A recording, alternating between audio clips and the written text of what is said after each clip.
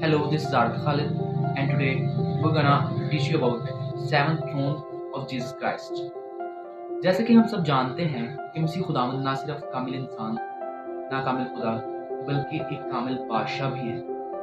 तो आज हम जानेंगे मसीह के 7 तख्तों के बारे में, और ये जानने के लिए आप हमारी वीडियो को देखें, लाइक करें, सब्सक्राइब करें। Thank you. ज़बूर 93 और उसकी दूसरी आयत, तेरा तख्त कदीम से कायम है, तू अज़ल से है।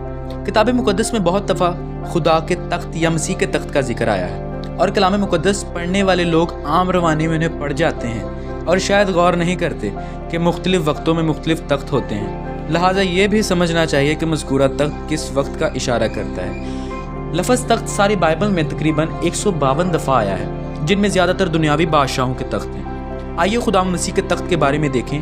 कलाम मुक़द्दस में बताया गया है कि खुदा मसीह के 7 तख्त हैं। पहला तख्त अज़ली तख्त, नहमिया 9 बाब उसकी 5 आयत, खुदा अज़ल से अबद तक मुबारक है। तेरा तख्त कदीम से कायम है, तू अज़ल से है। ज़बूर 93 और उसकी दूसरी आयत। हबकूक पहला बाब और उसकी 12वीं आयत में लिखा है, ए खुदावन मेरे खुदा, ए मेरे कुदूस, क्या तू अज़ल से नहीं है। ये आयत बताती हैं कि खुदा अज़ल से है और उसका तख्त भी अज़ल से है। ये सारा बयान इसलिए दर्ज किया गया है कि हमें अज़ल की कुछ समझ आ जाए जो हमारी समझ से बिल्कुल बाहर है। बस खुदा अज़ल से है और उसका तख्त भी अज़ल से है। दूसरी बात लफ्ज़ एलोहीम के समझने की है। खुदा को इब्रानी में एलोहीम कहते हैं। खुदा सिगाए वाहद में इस्तेमाल होता है, जबकि एलोहीम जमा के सिगे यानी हम कहकर इस्तेमाल होता है। एलोहीम की ज़ात में बाप, बेटा और पाकरू शामिल हैं। बनी इसराइल के ज़माने में यहोवा खुदा था, फिर खुदावंद यसू मसीह बेटा बनकर ज़मीन पर रहे। अब खुदा का पाकरू ज़मीन पर रह रहा है। अब खुदा जो अज़ली तख्त पर बैठा है, उस वक्त बेटा और पाकरू कहाँ थे? क्या वो बाप के साथ नहीं थे? हाँ, ज़रूर थे, क्योंकि बेटा भी अज़ली है और पाकरू भी अज़ली है। बेटे के मुतल्लिक हमें यूहन्ना पहला बाब और उसकी पहली आयत में बताया गया है कि इब्तिदा में कलाम था, कलाम खुदा के साथ था, कलाम खुदा था, कलाम मुजस्सिम हुआ और एक इंसानी बदन में नमूदार हुआ जो यसू मसीह था। यही खुदा का बेटा था जो मरियम के बतन से पैदा होने के बाद जिस्मानी शक्ल में खुदा का बेटा था, लेकिन इससे पहले वो किस शक्ल में था ये किसी को मालूम नहीं। खुदा में यसू मसीह ने अपने बारे में ये कभी इश्कारा नहीं किया था कि वो दुनिया में आने से पहले किस शक्ल में थे और कहाँ थे। एक दफ़ा खुदावंद यसू मसीह ने अपने बारे में कुछ रोशनी डाली थी कि तुम नीचे के हो, मैं ऊपर का हूँ, तुम दुनिया के हो, मैं दुनिया का नहीं हूँ। यूहन्ना 8 बाब और उसकी 23 आयत में, और फिर खुदावंद मसीह ने कहा, मैं खुदा यानी एलोहीम में से निकला और आया हूँ, क्योंकि मैं आपसे नहीं आया बल्कि उसी ने मुझे भेजा है। यूहन्ना 16 बाब और उसकी 28 आयत। चूँकि ये बातें उस वक्त के लोगों को समझना और कबूल करना मुश्किल था, इसलिए खुदावंद मसीह को ये कहना पड़ा, तुम मेरी बातें क्यों नहीं समझते। यूहन्ना 8 बाब और उसकी 43 आयत। खुदा मसीह के इसी इशारे से हम ये समझते हैं कि वो बाप में थे। जैसे फुटबॉल के अंदर ब्लेडर होता है और ब्लेडर में हवा भरी जाती है, बस बाप के अंदर बेटा है और उसी में खुदा का पाक रूह भी है। ये तीनों एक थे, फिर भी अलग अलग थे। एक में 3 और 3 मिलाकर 1। तस्लीस की ये वजाहत मुख्तसर सी थी।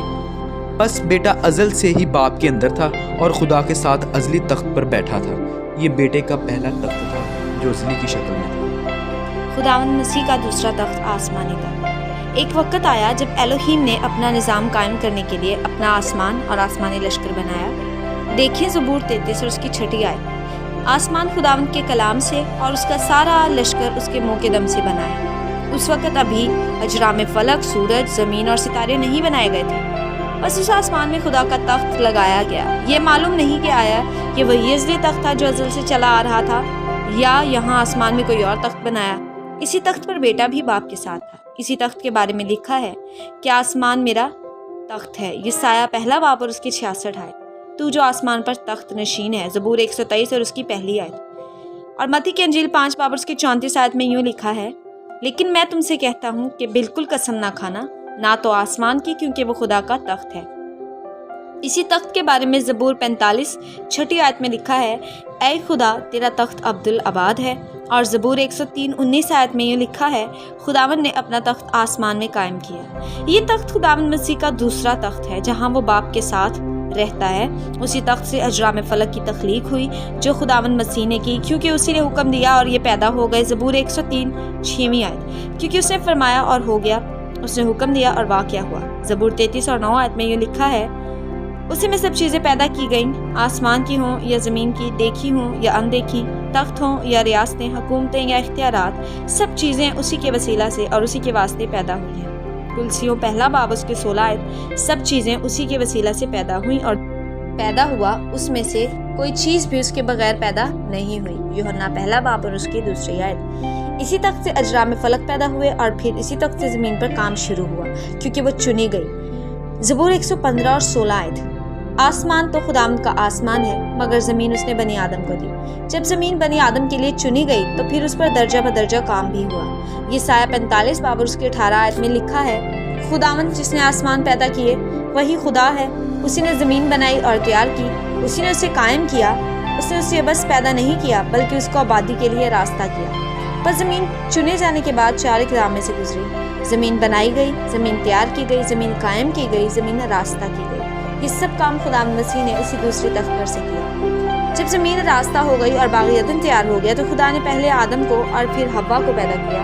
यहाँ से बनी आदम के लिए खुदा का 7000 साला मुकर्ररा प्रोग्राम या इंतज़ाम शुरू होता है। इसी तख्त पर से बनी इसराइल कौम की रहनुमाई होती है और आदम से लेकर अभी 4000 बरस गुजरे ही थे कि खुदावंद यीशु मसीह उस तख्त को छोड़ देते हैं और बेटा बनकर यीशु मसीह की शक्ल में ज़मीन पर 33 बरस गुजारते हैं और सलीब का काम पूरा करके वापस उसी तख्त पर जा बैठते हैं। खुदावंद मसीह ने फरमाया, जो गालिब आए मैं उसे अपने साथ अपने तख्त पर बिठाऊंगा, जिस तरह मैं गालिब आकर बाप के साथ उस तख्त पर बैठ गया। मुकाशवा 3 बाब और उसकी 21 आयत। बस खुदावंद मसीह कलाम में इसी तख्त से गए और बेटे की जलाली शक्ल में फिर इसी तख्त पर आ बैठे। जब खुदावंद मसीह ज़मीन पर बाप से दुआएं करते तो उस वक़्त बाप उस तख्त पे बैठा था। अब ये तख्त फजल का तख्त कहलाता है। बस आओ हम फजल के तख्त के सामने दलेरी से चलें ताकि हम पर रहम हो और वो फजल हासिल करें जो ज़रूरत के वक़्त हमारी मदद करे। इब्रानियों का मुसन्निफ उसकी 4 बाब और उसकी 16 में यूँ लिखता है। इसी तख्त को किबरिया का तख्त कहा गया है। इब्रानियों 8 बाब और उसकी पहली आयत। इसी तख्त पर स्तिफनस ने खुदावंद यीशु मसीह को खुदा के दाहिने हाथ खड़ा देखा। अमाल 7 बाब उसकी 55 और 56 आयत। जब पौलुस रसूल और फिर यूहन्ना रसूल को आसमान पर ऊपर बुलाया गया, यानी जैसे दूसरा कुरिन्थियों 12 बाब और उसकी पहली आयत में मरकूम है और मुकाशवा 4 बाब और उसकी पहली आयत में रिस्पेक्टिवली इसका बयान किया गया है, तो खुदावंद मसीह उसी तख्त पर बाप के साथ बैठे थे। तीसरा तख्त फिजा में। जब कलीसिया मुकम्मल हो जाएगी तो खुदावंद मसीह अपने दूसरे तख्त को छोड़कर कलीसिया को लेने के लिए आ जाएंगे, जिसकी खबर उन्होंने यूहन्ना 14 बाब और उसकी पहली से 3 आयत में अपने शिगिर्दों को दी थी। उन्होंने कहा था कि मैं फिर आकर तुम्हें अपने साथ ले लूँगा। चनाचे उनके लिए हवा में एक तख्त लगेगा जिसे मसीह का तख्त अदालत कहते हैं। दूसरा कुरिन्थियों उसका 5वां बाब और उसकी 10 आयत में यूं मरकूम है, क्योंकि ज़रूर है कि मसीह के तख्त अदालत के सामने जाकर हम सब का हाल जाहिर किया जाए।